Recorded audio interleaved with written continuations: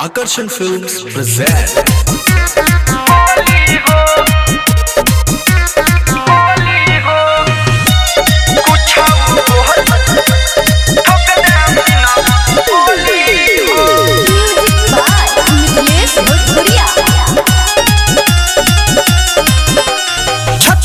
चढ़िए के गाड़ दे हम झंडा मन दुश्मनावा के हो जाई ठंडा।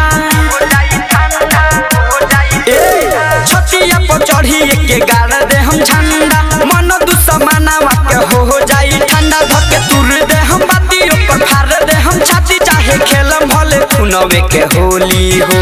अरे कवनो जे कुछ बोली हो मार दे हम सीनवे में गोली हो।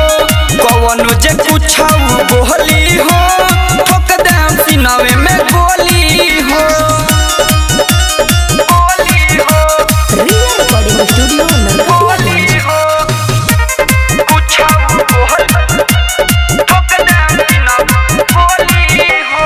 भारत देश के होई हम जवान हो पीछे नहीं हटम जब ले बनी ठान हो।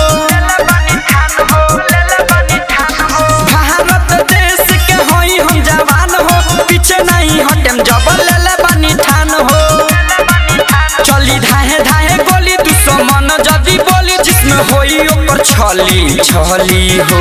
अरे कवनो जे कुछ बोली हो मार दे हम सीनवे में गोली हो। कवनो जे कुछ बोली हो ठोक दे हम सीनवे में गोली हो।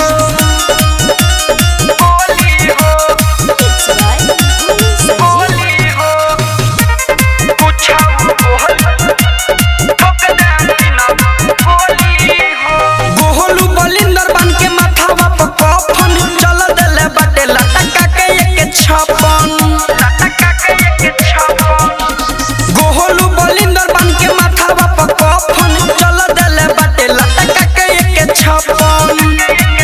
जदी बनी बाहुबली धके तुर दे हम नली दौड़ाई के मारे में गली गहली हो।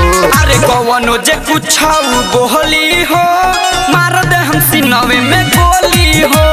कवनो जे कुछ बोली हो ठोक दे हम छतिए में गोली हो। Real recording studio Narkatiaganj.